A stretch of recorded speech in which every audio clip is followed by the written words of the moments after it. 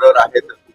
गणेशाच्या दर्शन पण घेणार आहेत आणि महायुतीची बैठक पण घेतली. त्यांनी म्हटले की महायुतीतले वाद टाळा, लोकसभेसारखी पुनरावृत्ती होऊ देऊ नका, अशा स्वरूपात त्यांनी. स्वाभाविक असेल, कुठलाही नेता हेच सांगेल ना की सगळ्यांनी एकत्रित राहा आणि विजय संपादन करा, मेजॉरिटी आणा, हेच सांगणार ना.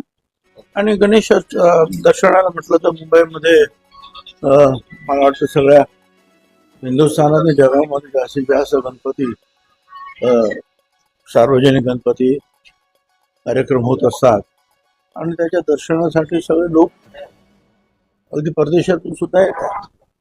तर त्याप्रमाणे ते दरवर्षी येतात, त्यांनी दर्शन घेतलेलं उत्तम गोष्ट आहे. शरद पवार साहेब देखील लालबागच्या दर्शनाला गेले, चांगली गोष्ट आहे. राहुल गांधींनी असं म्हटलंय की विधानसभा निवडणुकीसाठी मी महाराष्ट्रामध्ये येणार, म्हणजे काँग्रेस महाविकास आघाडीचे लोक सांगतील तिथे मी सभा घेणार. लोकसभेमध्ये याच्यानंतर हा बदल दिसतोय का राहुल गांधी? आता तो त्यांचा अंतर्गत प्रश्न आहे. असं आहे की वेगवेगळे नेते असतात वेगवेगळ्या पक्षांची. कुठे कुठला नेता अधिक उपयोगी पडतो, कुठे फायदा होतो, याचा अभ्यास जे आहे स्थानिक आणि त्या विभागातले जे आहेत नेते करत असतात आणि त्यानुसार मग ते सांगतात की बा आमच्या इकडे या, आम्ही मिटिंग घेतो. आणि मला असं वाटतं की लोकशाहीमध्ये तो तसा सगळ्यात चालू आहे. आम्ही पण तेच करणार. आम्हाला जे नेते पाहिजे आम्ही. शरद पवारांपुढे टिकावं लागणार नाही म्हणून अजित पवारांनी खूप चुकल्याची कबुली दिली असं विजय वडेट्टीवार. आता तो जे वडेट्टीवार विरोधी पक्ष नेते आहे ते रोज काहीतरी बोलल्याशिवाय कशा टीव्हीवर. अजित दादाने जे आहे मी तुम्हाला सांगतो, अजित दादा निवडणूक लढवणार. शेवटी काय आहे की ते आमच्या ग्रुपचे कॅप्टन आहेत, ते मध्येच काही शस्त्र टाकू शकतच नाहीत. परंतु त्यांची ती व्यथा जी आहे आजच्या निवडणुकीमध्ये जे काही झालं ती व्यथा त्यांनी जे आहे लोकांसमोर मांडलेली आहे. याआधी पण असं म्हटलं होते की बारामतीमधून मी लढण्यास इच्छुक नाही, म्हणजे त्यांनी फारशी उत्सुकता दाखवली होती. कालही असं म्हटलं मी 65 वर्षांचा होऊन गेलोय. ठीक आहे, आता काय करता. मला ते सांगतात मी 78 वर्षाचा आहे आणि मला लढायला काय लागतात, तर तो काही मुद्दा नाही, ते लढतील. साहेब, सरकारच्या अनेक योजनांचा निधी बंद केला आहे, कर्मचाऱ्यांचे पगार थकलेत, मात्र ते असताना सरकार 1,500 रुपयांमध्ये मतं विकत घेते अशी टीका केली. बघा, हे आजचं नाही. सरकार सगळ्यांचे पैसे देणार म्हणजे देणार. आता जसजसे जे आहे त्यांच्याकडे पुंजी जमत जाते, निधी जमत जातो, तसं त्याचं जे वाटप ते करत असतात. हे आजचं आहे का?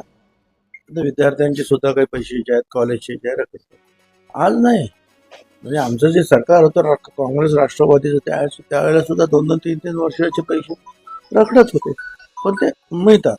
शेवटी प्रायोरिटी कशाला देतात ते ठरवतात फायनान्स वगैरे, आणि त्याच्याप्रमाणे त्या निधीचं जे आहे वाटप होतं. साहेब, गेल्या काही दिवसांपासून महायुतीच्याच घटक पक्षांकडून राष्ट्रवादीवर टीका केली जाते. मधल्या काळात गुलाबराव पाटलांनी टीका केली. काल भाजपचे हाके जे आहेत त्यांनी सुद्धा अशाच पद्धतीचं वक्तव्य केले. का होत आहेत असे वक्तव्य? असं आहे की महायुतीतील पक्षांना, तिन्ही घटकांना जर चांगलं यश मिळवायचं असेल आणि मेजॉरिटीने परत सरकार आणायचं असेल तर मला असं वाटतं की त्यांनी एकमेकावर आपापसामध्ये कुठल्याही प्रकारचं वक्तव्य करू नये, जेणेकरून विरोधी पक्षांना खाद्य मिळेल. शेवटी आपलं आता लक्ष एकच आहे, ते म्हणजे पुन्हा एकदा जिंकून येणं आणि सरकार बनवणं. आणि मला असं वाटतं की मुख्यमंत्री एकनाथराव शिंदे या सगळ्यांनी, ज्यांनी अजितदादांनी सुद्धा सगळ्यांना सूचना दिलेल्या आहेत की आपण जरा व्यवस्थित ह्या घडीला जो इलेक्शनचा फीवर चढत चाललेला आहे त्या अयोग्य अशा प्रकारचं कुठलंही वक्तव्य करू नये असं सगळ्यांना सांगितलं आहे. धन्यवाद. साहेब, आनंदाचा शिदा जो आहे तो आता गणपतीच्या काळामध्ये लोकांना दिला जातोय. साधारणतः या सणासुदीच्या काळामध्ये किती लोकांपर्यंत तो पोहोचवण्याच्या सूचना देतात? जवळजवळ 99%, मागच्या वर्षी 99.9% लोकांपर्यंत पोहोचला होता. ह्या वेळेला सुद्धा तो सगळीकडे पोहोचतो. काहीही काळजी करायचं कारण नाही. सगळीकडे जे आहे माल पोचलेला आहे आणि सगळीकडे वाटप सुरू आहे व्यवस्थित. धन्यवाद. साहेब रस्त्यांबाबत काही ठरवलं की मुंबईचे रस्ते जसे खराब आता नाशिक नाही आता मी खरं सांगतो, काल मी आमच्या पाठीमागे लोक फोन केला, मी 2.5-3 तासांमध्ये आलो. हां, थोडीशी कुठे कुठे आपल्याला हे सापडते काय ट्रॅफिक, पण ती क्लिअर होते. कारण जिथे जिथे जे आहे डायव्हर्जन आहे, जिथे जिथे खालीवर रस्ते आहेत ते त्याने नीट केलेले आहेत आणि काम अतिशय जोमानं सुरू आहे.